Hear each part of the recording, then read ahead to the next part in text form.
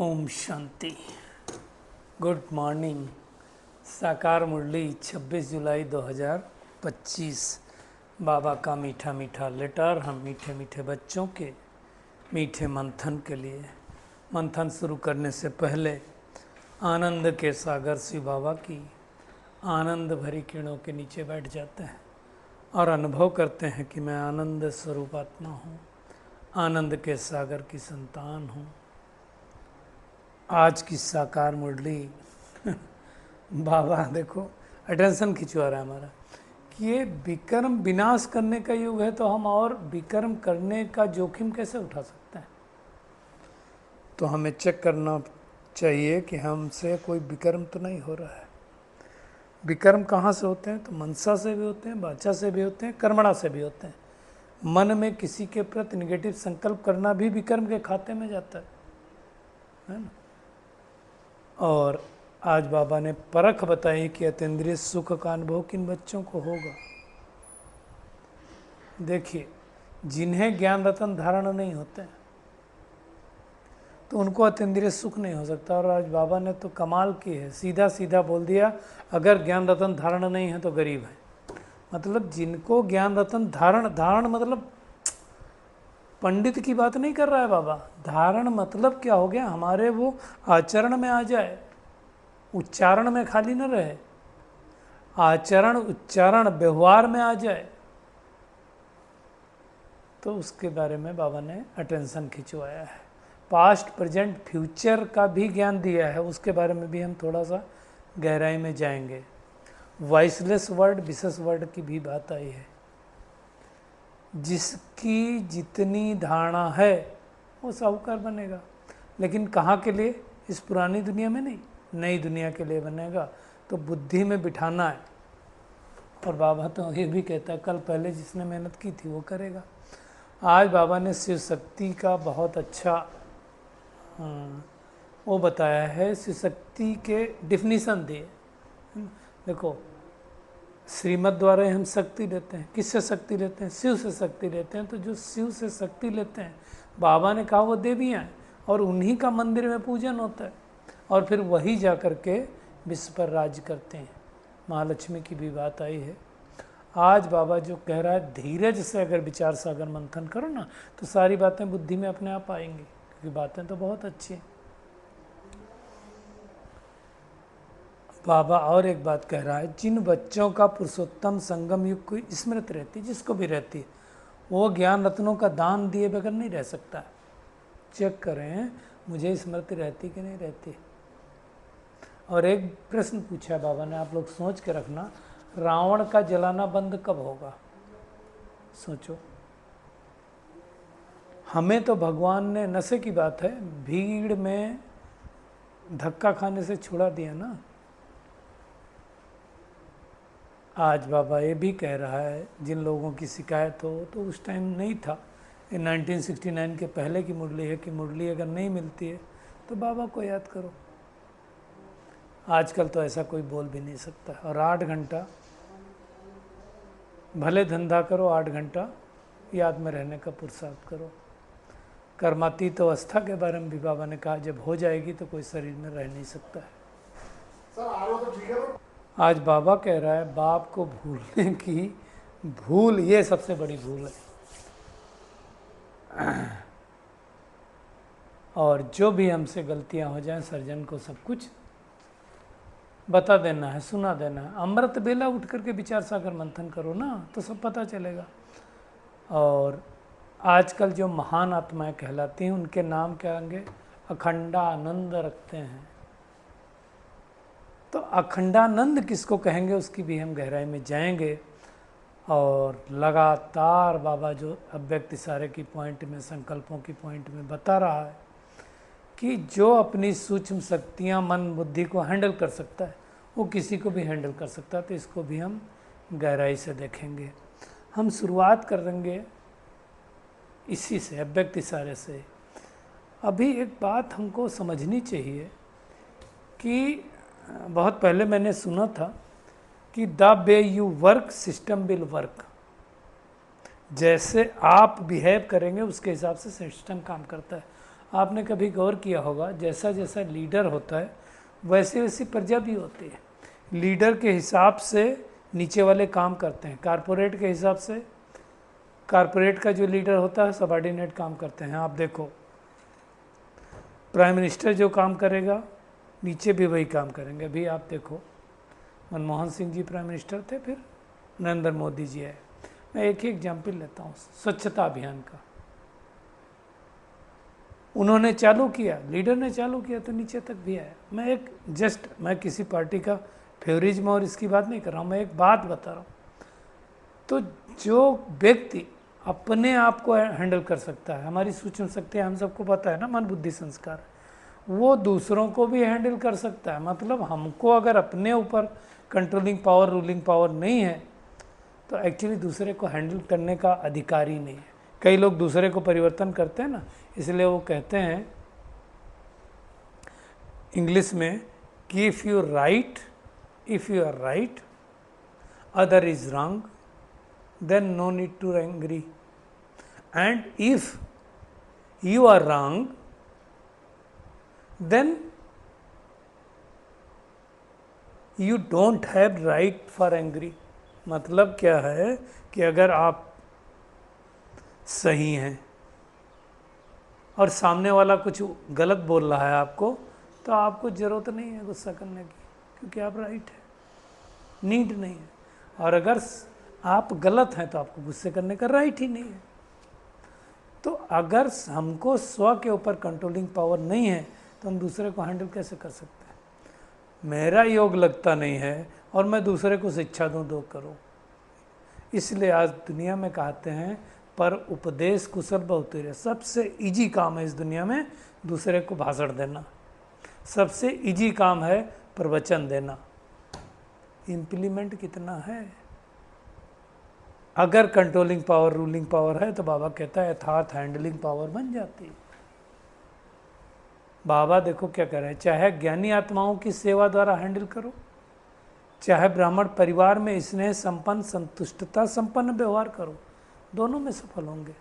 आप देखो जिसके पास एक कंट्रोलिंग पावर होगी ना, जो अपने आप को हैंडल कर लेगा ना, उससे लौकिक भी खुश रहेंगे, अलौकिक भी खुश रहेंगे, और पारलौकिक तो खुश रहेगा ही रहेगा। तो ड्रामा में से भी संतुष्ट रहेंगे, क्योंकि हम सबको पता है संतुष्टता के 4 सर्टिफिकेट लेने ही हैं।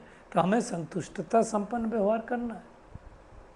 तो सूक्ष्म शक्तियों की पावर बहुत इम्पॉर्टेंट है। वो नहीं होंगे तो हमसे विकर्म होते रहेंगे। जो आज बाबा ने कहा इस संगम युग विकर्म विनाश करने का युग है, फर्दर विकर्म करने का युग नहीं है।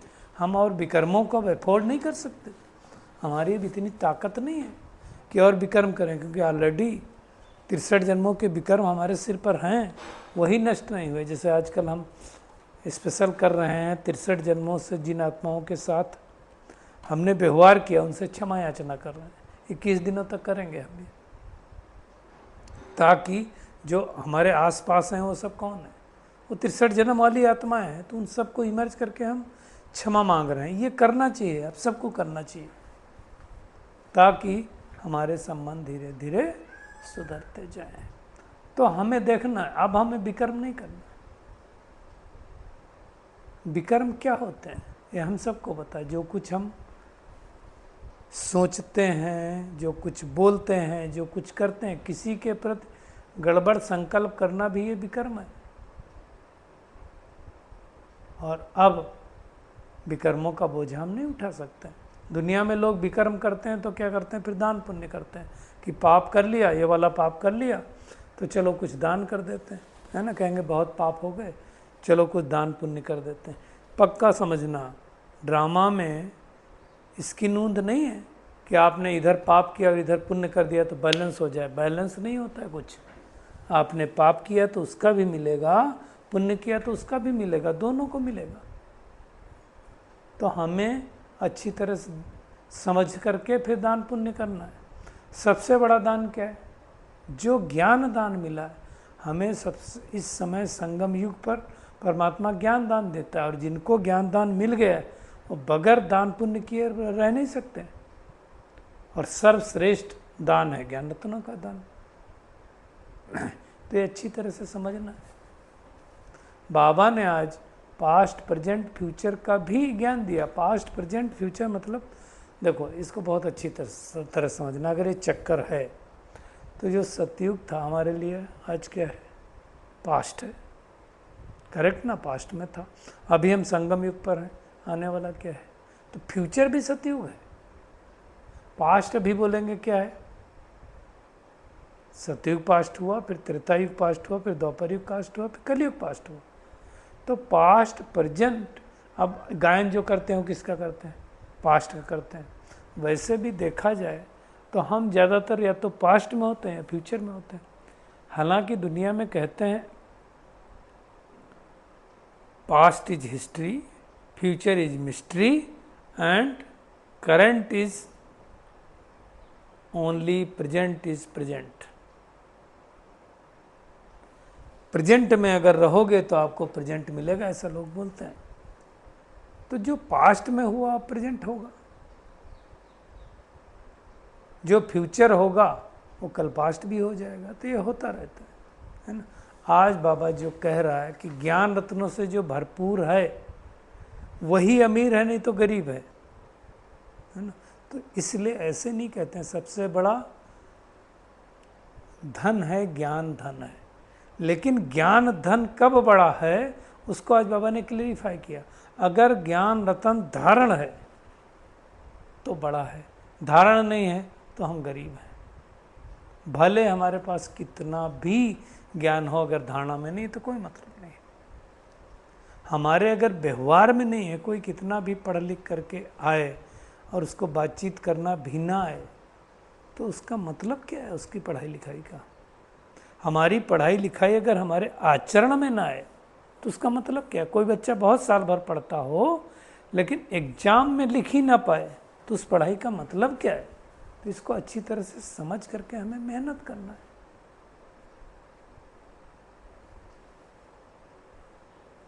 और बाबा कहता है हर एक को ये बात समझानी, चाहे छोटा बच्चा हो या बड़ा बच्चा हो, कि भगवान को याद करो तो विकर्म विनाश होंगे। अब बाबा तो साफ साफ कहता है ऐसा कौन होगा जो विकर्म करेगा, लेकिन करना नहीं चाहते फिर भी माया करा देती। विकार में गए, भूल हो गई तो विकर्म हो गया। बनना है निर्विकारी, जाना है वाइसलेस दुनिया में, तो फिर हम विकारी कैसे बन सकते हैं? इसलिए देखो आप नॉर्थ इंडिया में खास करके गाते हैं विषय विकार मिटाओ पाप हरो देवा। तो विषय विकार है ना,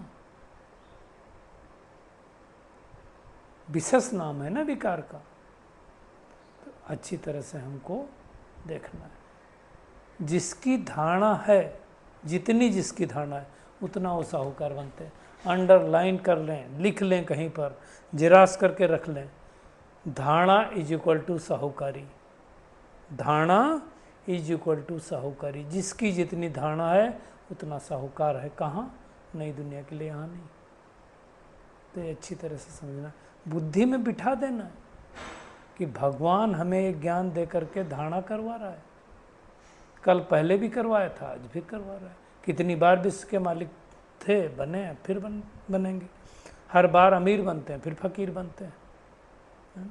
अमीर किसको कहा जाता दुनिया में? जिसके पास धन ज़्यादा हो। स्थूल धन की बात नहीं, ज्ञान धन भी ज़्यादा है तो भी अमीर है। फकीर कौन है? आज बाबा ने कहा ना, जिसके पास धारणा नहीं है वो फकीर है, धारणा है तो अमीर है। तो हमें अच्छी तरह से ये समझ करके शिव शक्ति पांडव सेना बन करके, वो शिव शक्ति जिनकी मंदिरों में पूजा होती, जगदम्बा की देखो कितनी पूजा होती, मम्मा की। बाबा ने कहा तुम भी विश्व को स्वर्ग बनाते हो तो तुम्हारी भी पूजा होती, इसलिए अनेक दिव्य देवियाँ दिखाई। अब देखो लक्ष्मी की पूजा कब होती है? दीपमाला के दिन बहुत ज़्यादा होती है। मैंने शायद पहले भी सुनाया कि हंसी की बात है कि जब कोई बहन मतलब बेटी घर पे होती है माँ बाप के, तो सबसे पहले कहते हैं रानी बिटिया और रानी बनती है। शादी होने के बाद जब ससुराल पहुंचती है तो क्या कहलाती है? लक्ष्मी कहलाती है। उससे धन मांगते हैं ना, कहेंगे मेरे घर लक्ष्मी आई, लक्ष्मी आई। परंतु जब उससे ज़्यादा काम करवा लेते हैं तो बाई बन जाती है, और फिर थोड़े दिनों बाद वो रानी लक्ष्मी बाई बन जाती है। तो धन उससे क्यों मांगते हैं? क्योंकि इस समय ज्ञान धन का दान सबसे ज़्यादा मम्मा ने किया है, सब मनोकामनाएं पूर्ण की हैं। तो बाबा कहता है तुम भी कामधेनु हो, सबकी मनोकामनाएं पूर्ण करने वाली देवियां हो। देखो धन के लिए तो सब धंधा करते हैं, अच्छा क्यों करते हैं? और भगवान तो हमारी, कल कहा था ना बाबा ने, 50-60 जन्मों की बात की, 21 जन्मों के लिए मनोकामनाएं पूर्ण करते हैं। तो ये बात इनको अच्छी तरह से समझना। आज बाबा उसके लिए शब्द यूज कर रहा है, धीरज से अगर विचार सागर मंथन करेंगे तो क्या होगा? ये सारी चीज़ें बुद्धि में हमारी आएंगी। धीरज रखना है हमको, धीरज धर्मनुआ। दिन में बाबा कहता है धंधा आदि करो, अमृत बेले किसको फुर्सत नहीं? अमृत बेले तो फुर्सत होनी चाहिए, लेकिन सरप्राइजिंग है बहुत सारे लोग हैं जो अमृत बेला नहीं करते हैं। ज्ञान में चल रहे हैं, अमृत बेला नहीं कर रहे हैं, क्या कहेंगे? देखिए 2 ब्राह्मण बाबा ने बोला, एक फुल कास्ट ब्राह्मण, एक हाफ कास्ट ब्राह्मण। अगर कोई अमृत बेला नहीं करता है, अच्छी तरह से समझना, मुरली क्लास नहीं करता है, नुमा शाम नहीं करता है, खाते समय बाबा को याद नहीं करता है, भोजन परमात्मा की याद में बना हुआ नहीं खाता है, तो फिर फुल कास्ट ब्राह्मण नहीं कह सकते इसको। हमें हाफ कास्ट की श्रेणी में नहीं रहना। हाफ कास्ट की श्रेणी में रखेंगे तो जो हाफ सेमी स्वर्ग है वहाँ जाएंगे, स्वर्ग में नहीं जाएंगे। इसको अच्छी तरह से समझ लेना है। मैं इसलिए बता रहा हूँ ताकि इस बात पर हम ध्यान दें। बाबा कहता है रावण को जलाने की रस्म चली आई है ना, मारते आए हैं परंतु मरता नहीं है, इसलिए जलाना चालू किया। अब जलाना कब बंद होगा? जब स्थापना हो जाएगी, नई दुनिया आ जाएगी तो जलाना बंद हो जाएगा। देखो ड्रामा प्लान अनुसार हम सीढ़ी तो नीचे उतरेंगे, ऐसा तो होगा कि नहीं सीढ़ी चढ़े हैं तो हम उतरेंगे, उतरना तो पड़ेगा। और उतरेंगे नहीं तो भगवान आएगा कैसे? जब जड़ जड़ी भूत हो ना झाड़, तब तो भगवान आए। तो भगवान को तो आएगा ही, भगवान आएगा, फिर से तिलकारदर्शी बनाएगा, फिर से हमें एक ज्ञान देगा, फिर से हम नीचे उतरेंगे। इसको अच्छी तरह से समझना है।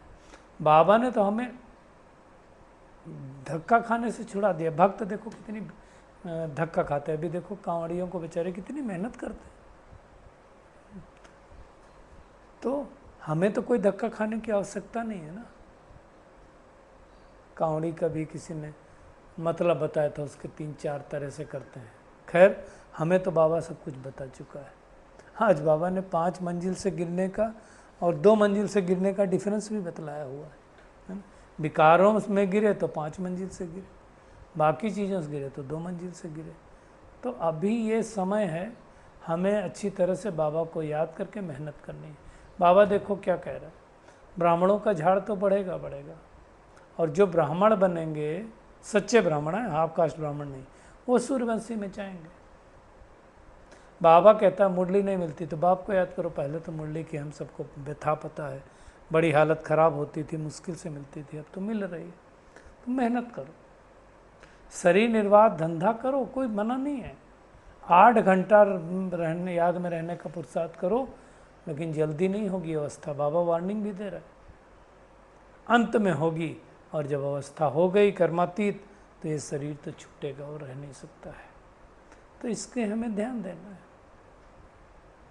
जो कुछ गड़बड़ हुई है पुरुषार्थ में, अगर रुकावट आ रही है तो बाबा को बता दो, बाबा हमें सजेस्ट करेगा। आज के वरदान पे आते हैं। अखंड योग की विधि द्वारा अखंड पूज बनने वाली श्रेष्ठ महान आत्मा भव। देखो जो आजकल तो नाम भी होते हैं, अखंडानंद, मतलब जो अखंड योग तपस्या करें उन्हें अखंडानंद कहना चाहिए। लेकिन ऐसा होता नहीं है कि वो अखंड तपस्या करें, नहीं। आजकल कितने नाम रख लेते हैं। और दूसरा अखंडानंद का मतलब है कि एक तो खंडित तपस्या न हो उनकी, और दूसरा मतलब है पूर्ण आनंद। पूर्ण आनंद मतलब अविभाज्य आनंद नहीं। वैसे मैं आपको बताऊं, आनंद का विलोम शब्द बना ही नहीं। आनंद अपने आप में संपन्न संपूर्ण है, या तो है या तो नहीं है, बीच में कुछ हो सकता है क्या? बट शाब्दिक अर्थ बताया गया, आनंद जो है अविभाज्य है, इसका विभाजन नहीं किया जा सकता है। तो लोग हमेशा आनंद में रहने के लिए अपना नाम रख लेते हैं। जैसे आप देखो विवेकानंद, पहले इनका नाम विवेकानंद नहीं था ना। इसी तरह से बहुत है, सच्चिदानंद, परमानंद, बहुत सारे नाम हैं। सब अपने आगे नाम आनंद इसलिए लगा लिया कि ताकि वो सदा आनंदित रहें। बाबा क्या कह रहा है, जो महान आत्माएं हैं उनके नाम के आगे रखते हैं, लेकिन आप सब में अखंड स्वरूप हो। आनंद में भी अखंड, तो सुख में भी अखंड, शांति में भी अखंड, प्रेम में भी अखंड, ज्ञान में भी अखंड। उसके लिए लेकिन ध्यान क्या देना है, किसी के संग दोष में नहीं हो। दूसरों के अवगुणों को देखते सुनते हुए डोंट केयर करो, बाकी केयर करो अपने पुरुषार्थ की, अवगुणों को डोंट केयर करो, आई डोंट केयर। तो इस विशेषता से अखंड योगी बन जाएंगे, जिनका योग खंडित ना हो। ये मेहनत करनी है। और जो अखंड योगी है ना, वही अखंड पूज्य बनते हैं। अगर कंटिन्यूअस आपको पूजा चाहिए तो क्या करना पड़ेगा? नहीं तो आप देख लो, श्री कृष्ण की मंदिर में कितनी पूजा होती है, उनके हर एक कर्म की पूजा होती है। वहीं आप देखो कुछ ऐसे मंदिर आपको मिलेंगे जिसमें कभी साल में एक बार होगी, किसी की 6 महीने में एक बार होगी, किसी की महीने में होगी। ये वो आत्माएं हैं जो महीने में एक बार मुरली सुन लेती होंगी, महीने में एक बार अमृत बेला कर लेते होंगे, कोई 6 महीने में करता होगा। एक एग्जाम्पल बता रहा हूँ। तो वैसे ही पूजा होगी, जैसी स्थिति हमारी होगी, है ना, वैसे ही परिस्थिति के ऊपर हम रिस्पॉन्ड करेंगे। तो हमारी स्थिति परिस्थिति को डिसाइड करती है। इसलिए कहते हैं जैसी अवस्था वैसी व्यवस्था होती है। तो जो ऐसे अखंड योगी हैं वही अखंड पूज्य बनते हैं। और ऐसी महान आत्माएं जो आधा कल्प पूज्य स्वरूप में रहती हैं और आधा कल्प हमारे जड़ चित्रों का पूजन होता। मतलब सतयुग त्रेता युग तो क्या होगा, हम उस स्वरूप में होंगे, और द्वापर युग और कलयुग हमारे उस स्वरूप की पूजा होगी। तो ये बहुत बड़ी बात है। और दिव्य बुद्धि साइलेंस की शक्ति का आधार है। तो दिव्य बुद्धि हमें जमा करना है ना। डिवाइन इंटेलेक्ट बोलते ना, तो डिवाइन इंटेलेक्ट होना चाहिए हमारे पास। तो आज की पूरी मुरली का टेक होम यही है कि एक तो हमें क्या करना है, संगम युग विकर्म विनाश करने का युग है, तो हमें अब कोई विकर्म नहीं करना है। और जो ऑलरेडी विकर्म हो गए हैं उनको परमात्मा की याद के द्वारा नष्ट करना है। अविनाशी ज्ञान रत्नों का दान देना है। अमृत बेला उठ करके विचार सागर मंथन करना है। श्रीमत पर शरीर निर्वार्थ कर्म करते हुए बाबा ने जो होमवर्क दिया वो करना है। मतलब 8 घंटा वाला। कभी रुकावट आ जाए पुरुषार्थ में तो बाबा को समाचार दे देना है, सर्जन से कुछ छिपाना नहीं है। और अखंड योग की विधि के द्वारा अखंड पूज्य बनने वाले महान आत्मा बनना है। जो हमारी सूक्ष्म शक्तियां हैं उनको हैंडल करना है। जब हम अपनी सूक्ष्म शक्तियों को हैंडल करेंगे तो दूसरों को भी कर पाएंगे। अच्छा, शुक्रिया मीठे प्यारे बाप दादा, शुक्रिया आप सभी का इस मीठे मंथन के लिए। अच्छा, ओम शांति।